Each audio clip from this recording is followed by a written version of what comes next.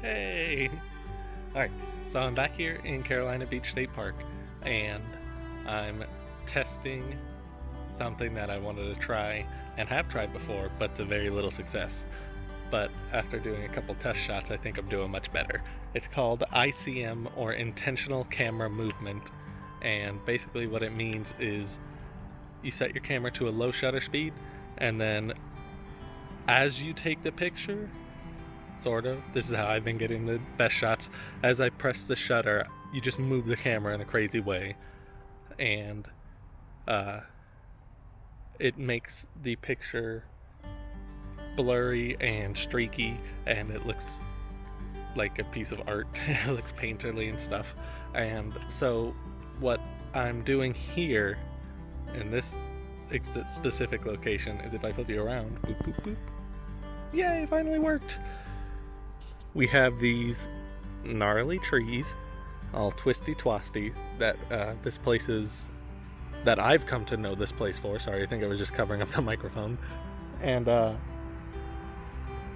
I've chosen this little group here, which is like right next to where you park, which is why you hear this car coming up. But what I'm trying to do is get strong anchor points. So like these trees are pretty strong, and then because when you're looking at a picture that is as blurry as these get, you want some kind of interest, something to lock onto. And so what I'm doing here is I have these trees, and then as soon as I hit the shutter, I'm flicking the camera upward, sort of, and it makes a streaky, it makes like vertical stripes throughout the entire image. Like taking this image that you see now and think about adding a filter over it to where it's just the base colors and it's all vertical lines. And it's pretty neat looking. Let me see if I can set this camera up somewhere and I'll show you how I'm doing it.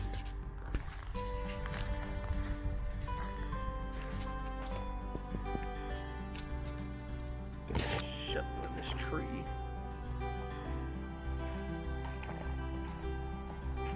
You can sort of see. Okay, so what I'm doing is I have my 50 on, or my 25, but it's equivalent to a 50, and lock focus, or get what you want to be the what you want the picture to look like.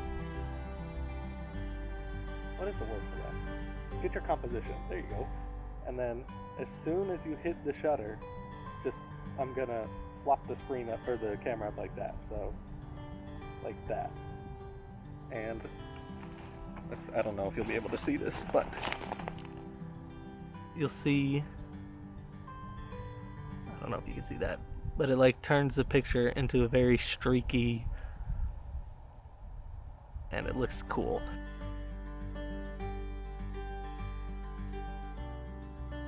But so that's what I'm going to be testing out today. Going to various locations and trying that technique. And swoop, I just had you sitting in a stump. And yeah, I've also brought my super telephoto lens, which is equivalent to,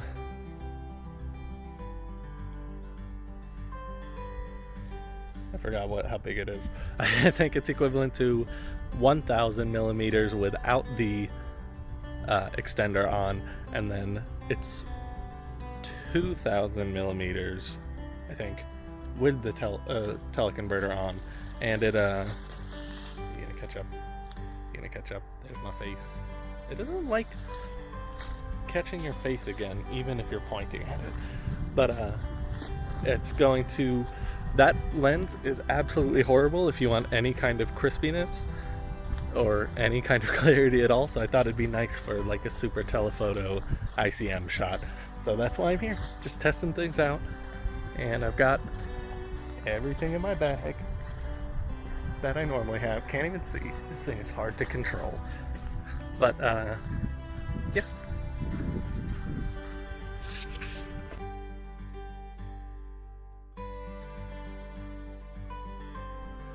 a little difficult to tell right now, but maybe you can see from my super overexposed face that I'm shooting directly into the sun, and it's not good. But I found this. This isn't for ICM or anything like that.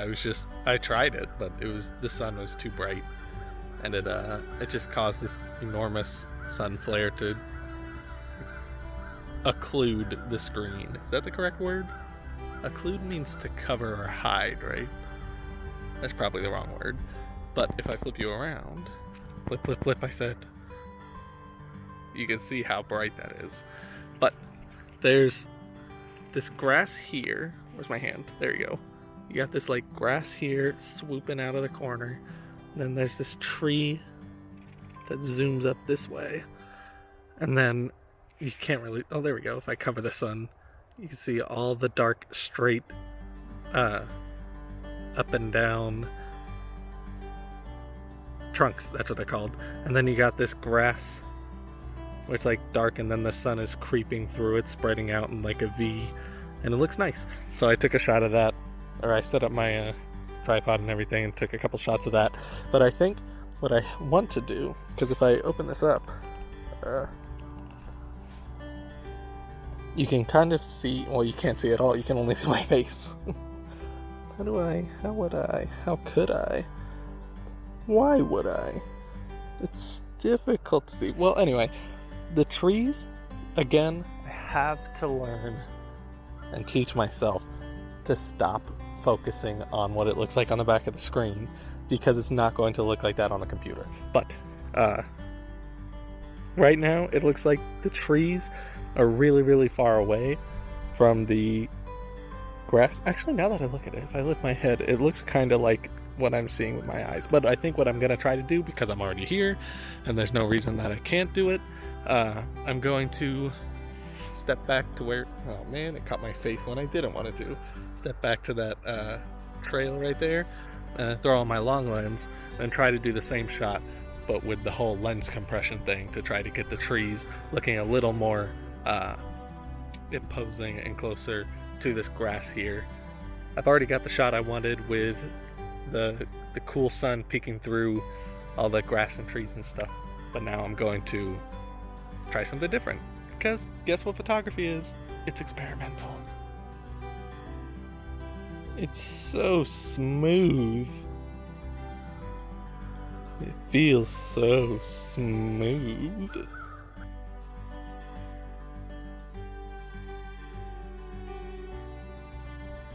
So here we got another situation similar to what I was just doing, but this time we got much stronger shadows and the sun and stuff. You hear that?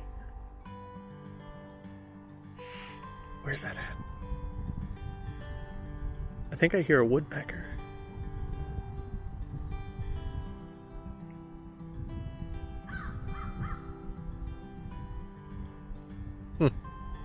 Well, anyway, sorry. But here I've got, instead of the one tree going diagonal, we got these strong lines, and we got all these darker trees with the dark bottoms, but then we have this one singular white tree with the dark bottom. And so, there it is again. Oh, I see it. Oh my god, I gotta switch to my lens, or my long lens.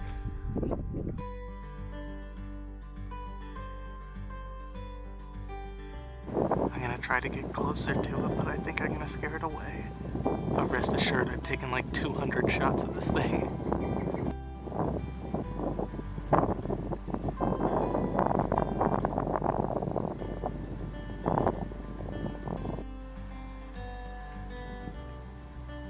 This thing is not scared of me at all.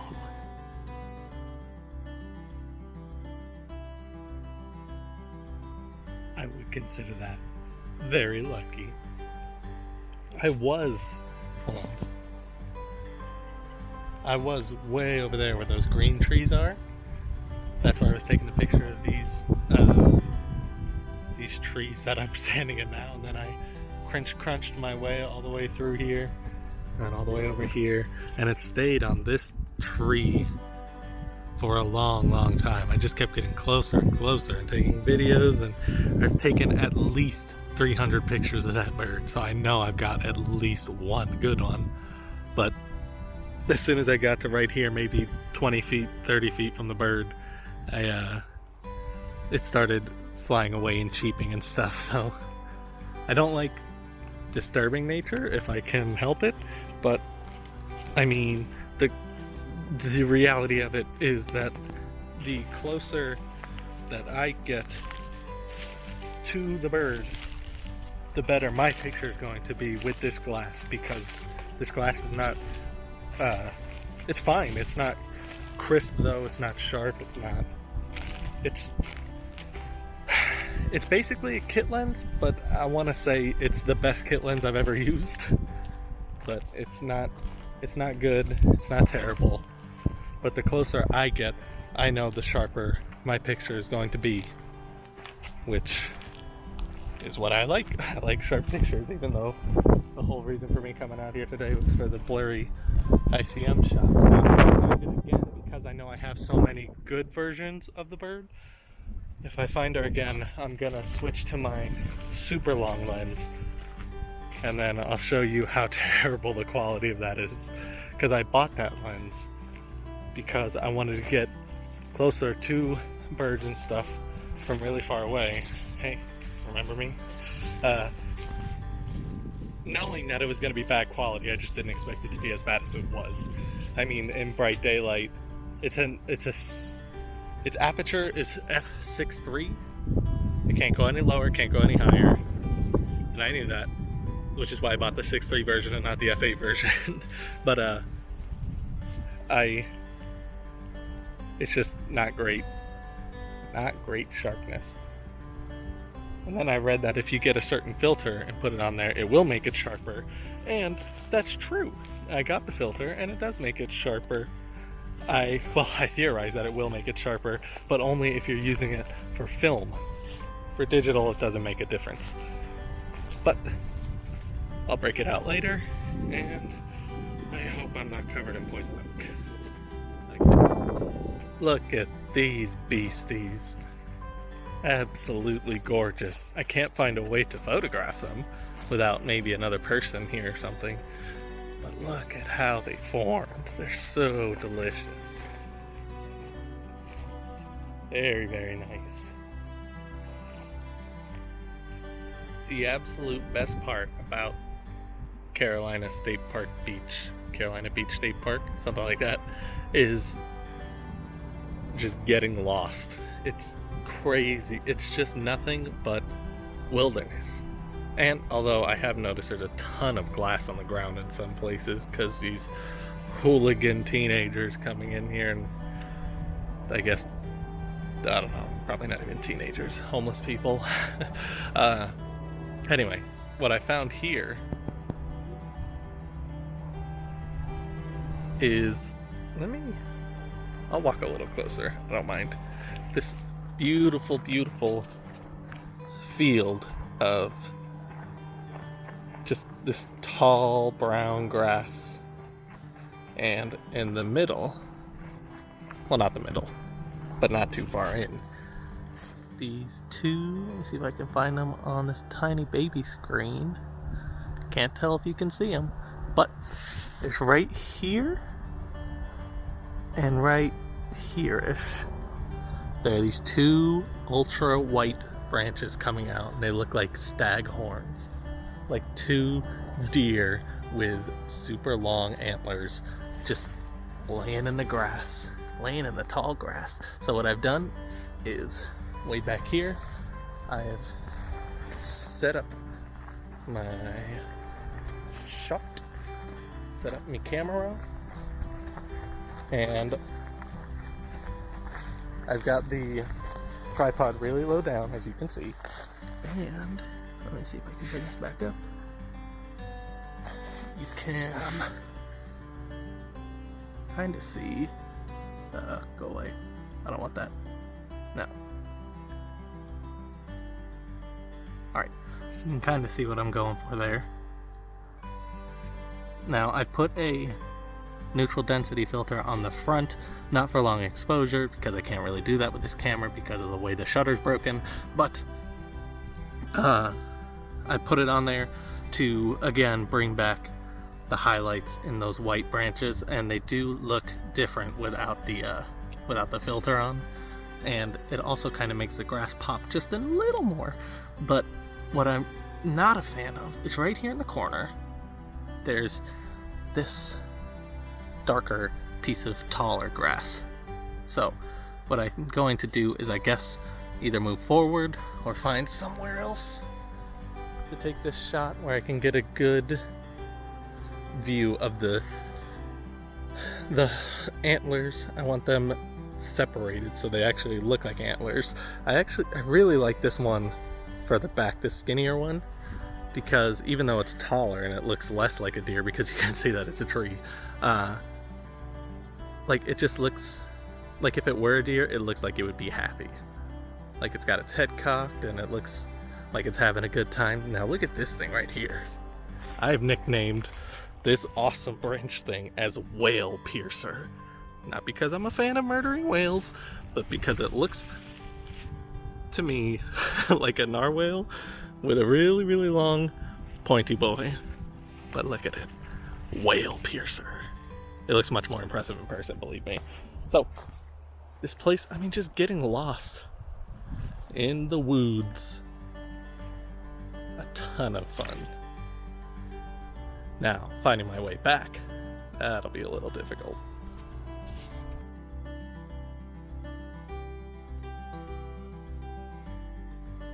Alright, so I was walking around and I somehow managed to go in an enormous circle, and if I flip this around, I'm back to where this bonfire is. I mean, I realized I didn't show you where the bonfire was before, but a few videos back I did a what's in my bag thing here.